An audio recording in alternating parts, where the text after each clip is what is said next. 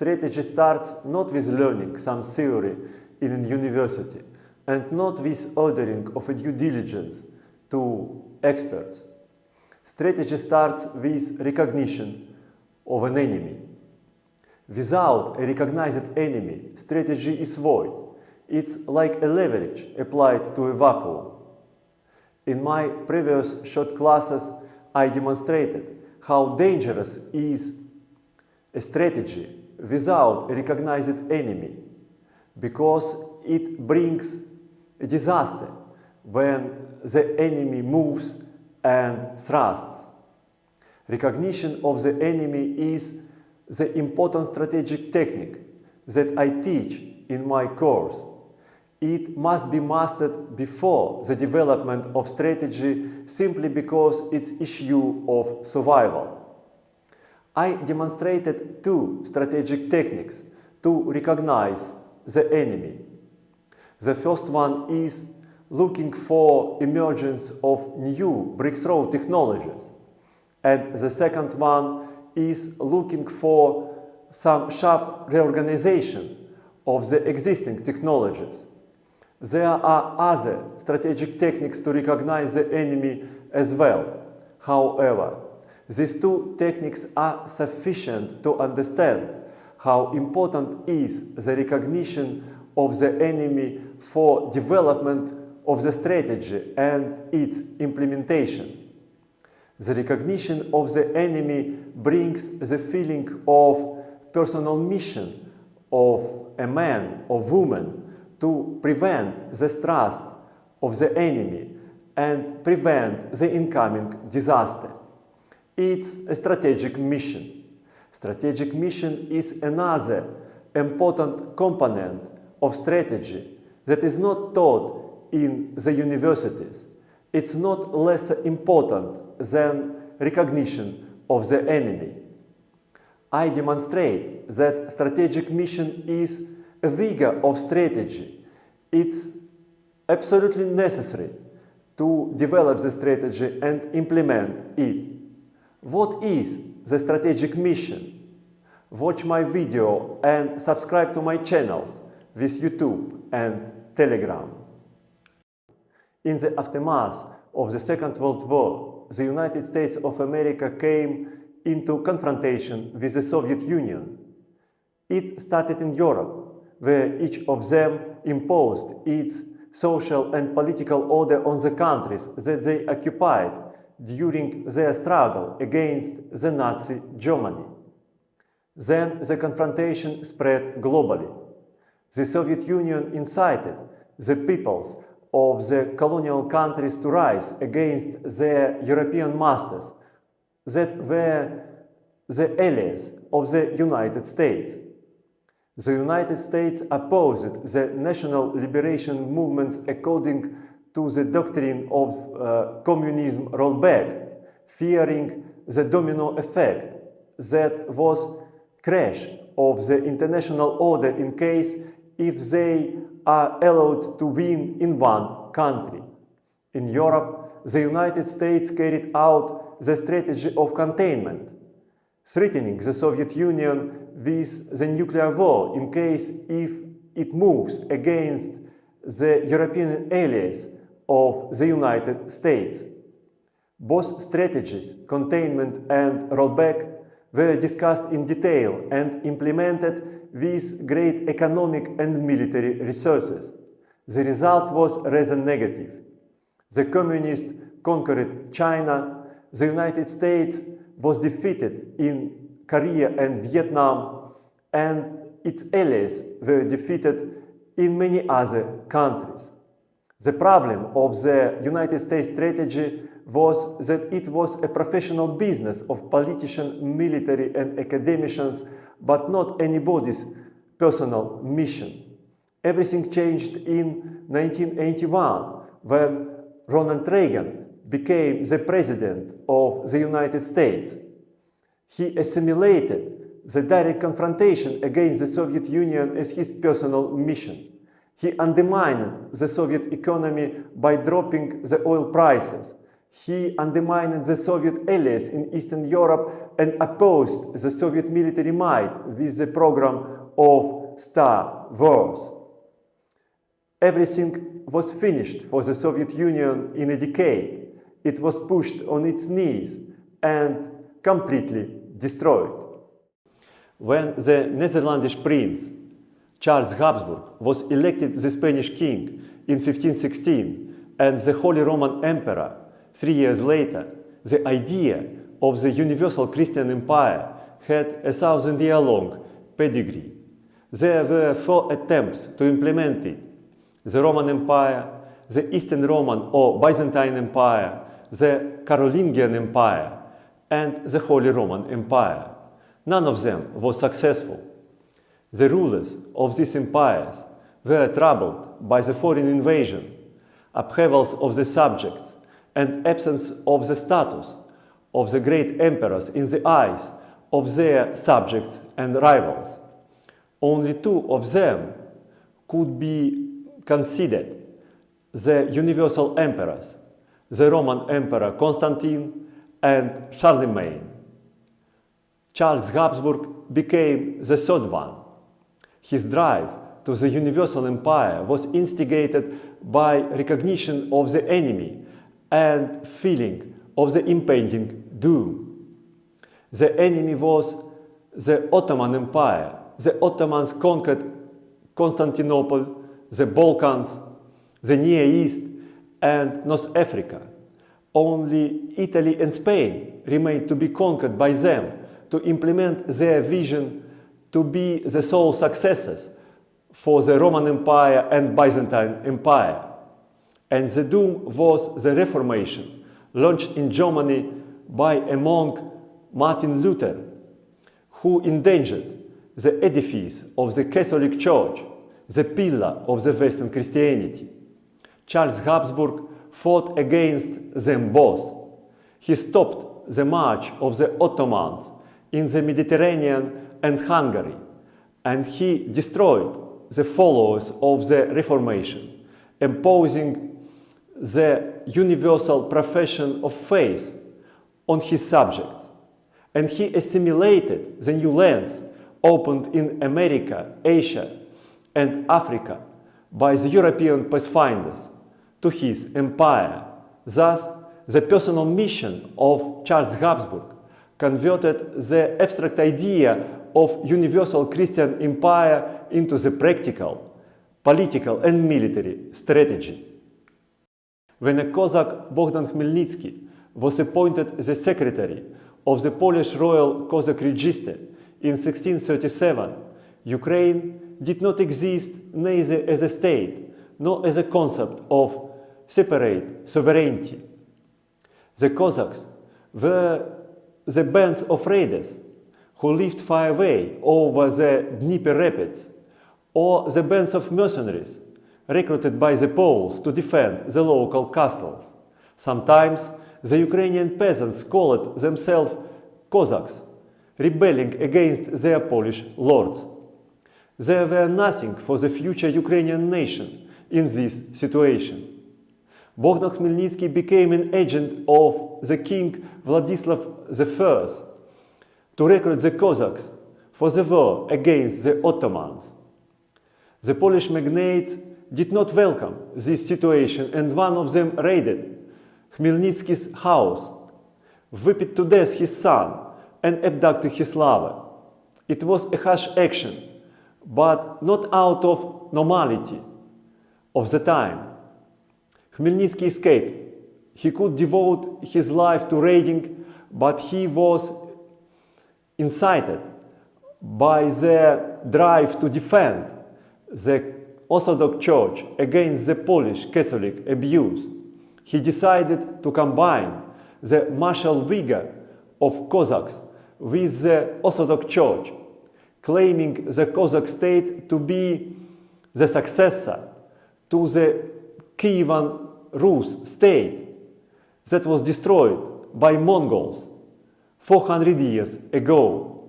The idea converted the personal mission of Bogdan Khmelnytsky into the practical strategy. He created the mighty army of Cossacks that cleaned Ukraine of the Poles in a year, and he created the state that became a cradle of the future Ukrainian nation. Lenin and Trotsky, a personal mission and strategy of the proletariat. The October Revolution in 1917 in Russia was an action of the Russian proletariat or working class, which the Communist Party of Bolsheviks claimed to represent. The strategy of the Bolshevik Party was shaped by its leaders, Vladimir Lenin and Leon Trotsky. Lenin and Trotsky cooperated, preparing the October Revolt and presiding over Soviet Russia in its civil war against the upper classes of the former Russian Empire and their foreign assistants. They gained the complete victory. However, in the aftermath of the civil war, their strategies diverged. Lenin called to finish the harsh dictatorship and confiscation of food and goods, to turn to the market economy and political liberties. Trotsky called to militarize the society completely, to smash any political and economic freedoms. Lenin called to stop the Russian wars against its neighbors, to gain a respite. Trotsky called to bring by war the revolution on them. They had the same enemy, the world imperialism and the former upper classes of the Russian Empire. What caused their divergence? Lenin enrolled in the proletariat all people who were oppressed by the former regime, the workers, the peasants, the craftsmen, the marginals.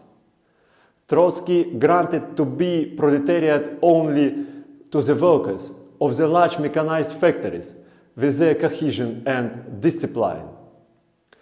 Lenin's audience composed the majority of the population. They needed markets and peace. Trotsky's audience composed only a minority. They needed the harsh control over society. Divergence of the strategic missions of Lenin and Trotsky caused their different strategies.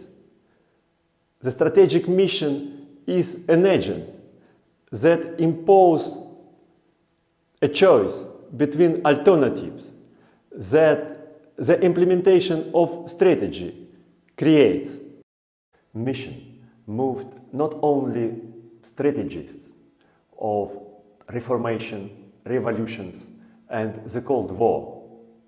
It also provided to the most advanced technologies of the 21st century. Sergey Brin, a founder of Google search machine, and Pavel Durov, a founder of Telegram Messenger, were born in the families of Russian philologists. Philology is a science that is closer than other disciplines to the discourse of doom. But not only discourse of doom determined the ways of Brin and Durov. Brin's father and Durov's older brother are outstanding mathematicians. And mathematics is a science that provides a rational way out of doom. Brin became an analyst of big data, and Pavel Durov became a translator, an adept at a meaning of words. Both of them had all three components necessary to make the strategy: a feeling of doom, an understanding that a way out exists, and skills to search for it. They needed the initial push. Brin visited the Soviet Union in its last year, 1990. He was overwhelmed by feeling of unfreedom and repression. When he started Google 6 years later, it became his solution to provide freedom for big data. Durov started to develop Telegram after break-in of police to his apartment in 2011 to close 2 pages in the service VK that he managed. Telegram became his mission to provide defense for meaning of words against the repressive state. Both cases, Brin's and Durov's, are exemplary strategical. They demonstrate how the strategic mission makes strategy out of feeling of doom, searching for way out, and the most advanced technologies. Similar missions and same technology. Afonso de Albuquerque and Ataman Yermak. Sometimes the similar strategic missions and same technology produce the same strategies of the leaders, who are otherwise divided by great distances and time. Afonso de Albuquerque and Ataman Yermak were pathfinders of Portuguese and Russian colonial expansion, but they fought in completely different conditions. While Albuquerque fought in tropical East Asia, Yermak fought in Arctic Siberia. While Albuquerque fought on the seashores, Yermak fought in the middle of continental North Eurasia. While Albuquerque sailed on great sea ships, Yermak sailed on small roaming riverine boats, but they have the similar missions and same technology. Their missions were spread of possessions of their sovereigns, the Portuguese king and Russian Tsar, fighting against the enemies of Christendom, Muslims in both cases, and gaining of personal wealth by taking over supply of spices and furs. And their common technology was the amphibious operations with artillery ships and infantry equipped with firearms. When Albuquerque stormed Malacca, he landed his infantry on the troops of the local Sultan, destroying them by the artillery fire of his ships. And when Yermak landed his infantry on the troops of the Siberian Khan, he destroyed them by the artillery fire of his boats. Both of them gained complete victory. They conquered the Malacca Sultanate and Siberian Khanate as the footholds for the European and Russian colonial expansion. The unlike missions versus same technology, France and Germany on the eve of the Second World War. The major European powers attentively observed each other in the 1930s. France and Germany were the enemies in war that was impending following Hitler's takeover of Germany. Both countries had the same experience of fighting in the First World War, with its trench war of attrition and annihilating infantry attacks against overwhelming fire. However, in the grim final of the First World War, there was a bright page. It was deployment of tanks. Tanks and aviation, another novel weapon of the First World War, were in the focus of the attention of European strategists in the interwar period. Both France and Germany created mighty armies with numerous infantry supported by tanks and aviation. Their tanks and planes had the same characteristics. It seemed that the same technology imposed a deadlock on fighting, and none of the opponents dared to start a war fearing a deadlock. However, the leadership of France and Germany had different strategic missions.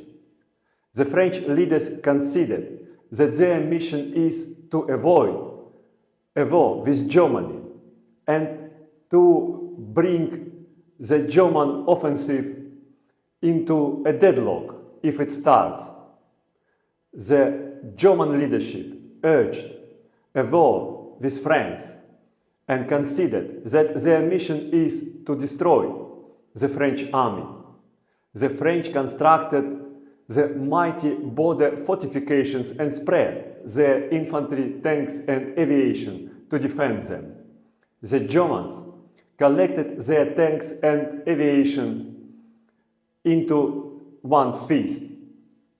In 1939, France did not help Poland when it was destroyed by Germany, and 1 year later, the German armored fist smashed the French army into debris. It is a lesson how the strategic mission determined usage of technologies and application of resources. Technologies are transferable. The mission is inherent. Poland and the Teutonic Order. There were few such clenching enemies in medieval Europe, like Poland and the Teutonic Order. Poland invited the Teutonic monk knights to fight its pagan neighbors, the tribes of Prussians. However, after conquering Prussia, the Teutons refused to transfer it to Poland, and they conquered the Danzig province and the river Vistula's mouth, cutting off the Polish kingdom from the Baltic Sea. The Teutons considered that their mission was not only annihilate the pagans, but also to spread the German nation. They had 3 technologies to accomplish it. The heavy armored knight and its fighting technique was the first of them. The seafaring ship was another one, and export of the Baltic goods to Western Europe was the third technology. Together, they created for the Teutonic Order the economy, army and transportation system superable over the Polish resources in the 14th century.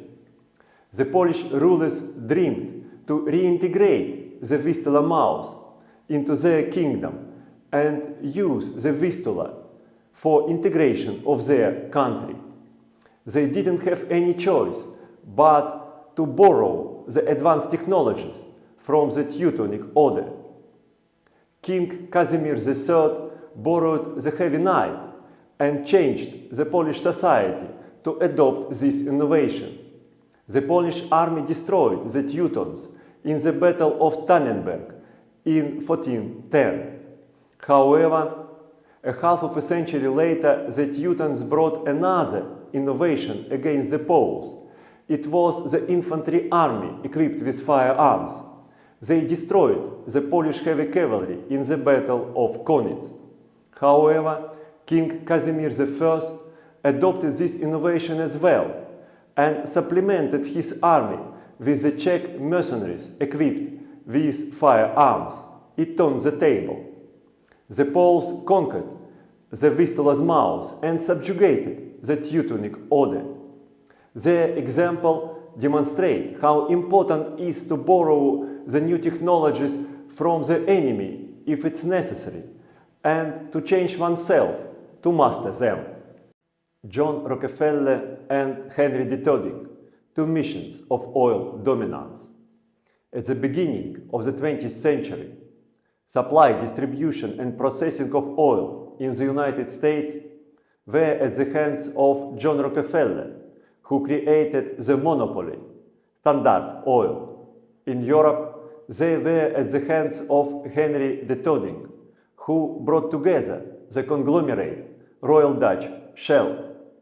They focused to supply power generation, navy, railways and fast-growing autocar transport. However, their conditions were different. The United States had the oil fields, workforce, technologies and customers for the oil industry. John Rockefeller focused on the United States, creating the closed political industrial system revolving around the oil industry. However, in Europe there were large oil fields, and detecting supply with the crude oil was always risky. He pumped out oil in Iraq, Iran, Mexico, Indonesia, Russian Azerbaijan and Romania. Europe was a bad market for his products as well, because it slowly recovered after the First World War and was under threat of the Russian communists and their local friends. De Toding fought against the communists with anybody whom he found. He financed the Russian imperial emigrants, Caucasian nationalists, Trotskyists and German Nazis. He created the open system with the operations without limits. Besides the reverie about the almighty oil industry, their missions had the rational content. It was recognition of their conditions and prospects. It is the kind of mission that is necessary to make and implement strategy.